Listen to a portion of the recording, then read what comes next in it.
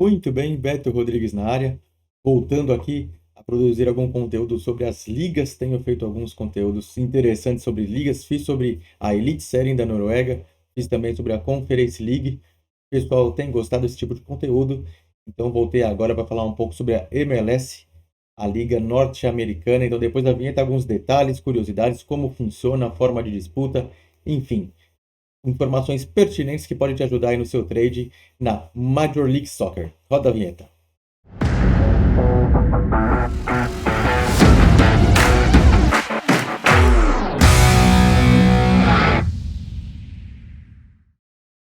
Vamos lá, pessoal, falar um pouco então da MLS, Major League Soccer.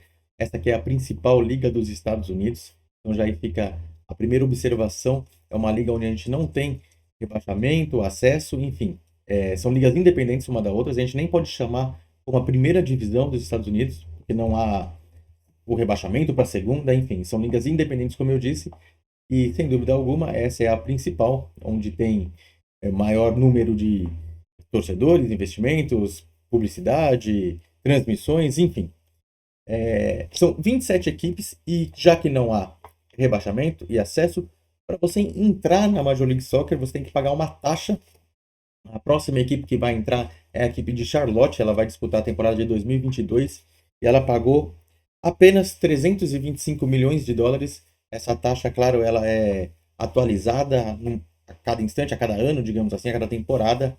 É, reflete o crescimento da liga, então a liga vai crescendo, essa taxa naturalmente vai crescendo também. Já temos também para 2023 a equipe de São Luís, então vai entrar em 2023, um ano depois de Charlotte, será a 29ª franquia, eles chamam as equipes lá também de franquia, e seria a 30ª equipe, pelo menos nessa etapa da expansão, a liga previa 30 equipes, e a equipe de Sacramento seria a 30ª, ela já havia sido aprovada pelos sócios da liga. Lembrando que a Major League Soccer é uma liga que tem como sócios os donos das franquias. Então, todos os donos das franquias precisam se reunir e precisam aprovar a entrada de uma nova equipe.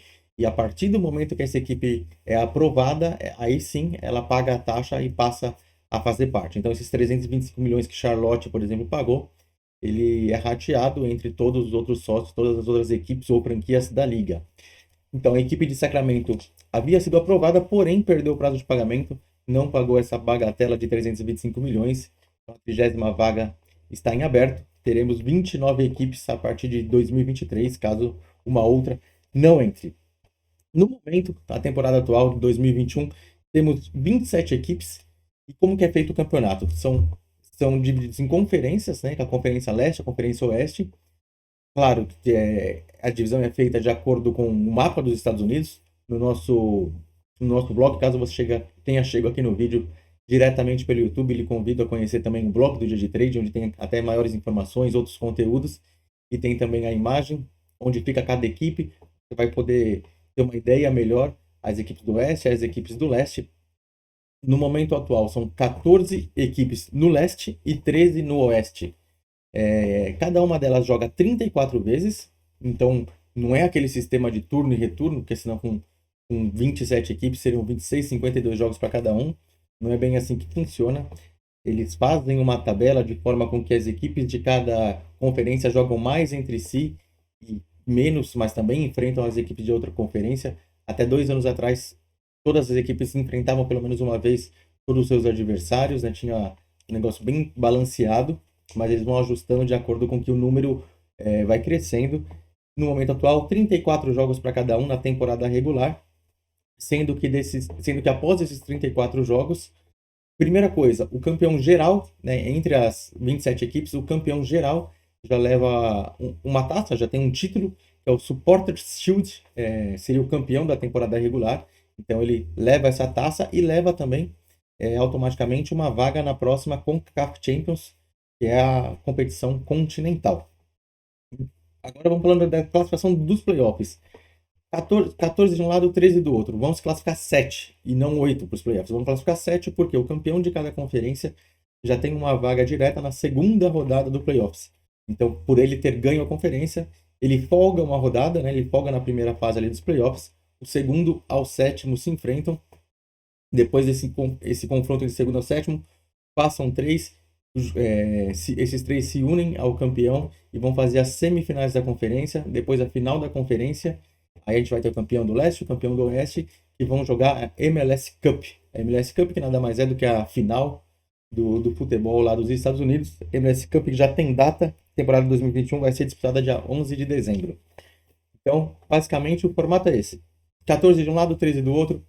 O campeão de cada lado passa automaticamente para a segunda rodada dos playoffs, segundo ao sétimo se enfrenta, e aí começa os playoffs, jogo único, até a gente chegar na grande final MLS Cup. Critério de desempate, isso é muito importante a gente ter uma ideia de quais são os critérios de desempate, principalmente lá nas últimas rodadas, que a gente tá ali fazendo trade para saber qual é o interesse de cada partida, de cada equipe na partida. O primeiro critério, assim como no Brasil, número de vitórias, depois disso, o saldo de gols. Falei do Supporter Shield, falando então, Jogo das Estrelas, você já deve ter visto NBA, NFL, enfim, os esportes americanos costumam ter o Jogo das Estrelas, na MLS não é diferente. O Jogo das Estrelas ele é feito normalmente entre a seleção, né, da MLS, os principais jogadores da liga, contra uma equipe convidada, uma equipe de fora dos Estados Unidos, de fora dos Estados Unidos e Canadá, né, tem algumas equipes do Canadá também. No ano passado, a equipe convidada seria também uma seleção, seria a seleção da Liga Mexicana. Essa partida acabou não ocorrendo por causa da pandemia, então eles adiaram para esse ano. O Jogo das Estrelas de 2021 vai ser, então, entre as estrelas da MLS contra as estrelas da Liga Mexicana. Eu falei que tinha algumas equipes do Canadá. Entre as 27 equipes que participam hoje da MLS, as 27 franquias, 3 são do Canadá: Montreal, Toronto e Vancouver. E o curioso para essa temporada, e muito importante para o trade, inclusive, é que devido às restrições para viagens lá no Canadá, essas equipes não estão podendo sediar os seus jogos na sua cidade, porque não pode receber a outra equipe, não poderia receber os visitantes, digamos assim, os seus adversários. Cada equipe, então, teve que escolher uma sede, uma pseudo-sede nos Estados Unidos. Montreal está jogando em Fort Lauderdale. Fort Lauderdale, que fica na Flórida, é inclusive onde fica a equipe de Miami. A equipe de Miami não fica exatamente em Miami, fica uma cidade próxima ali. Toronto está jogando em Orlando e Vancouver está jogando em Utah. Então é algo a se notar, porque quando a gente tiver jogos de Montreal, Toronto ou Vancouver, qualquer uma das equipes canadenses, ela não está jogando com o apoio da sua torcida. Lembrando que na MLS já tem público, então é algo que essas três têm uma pequena desvantagem por não estar jogando em casa.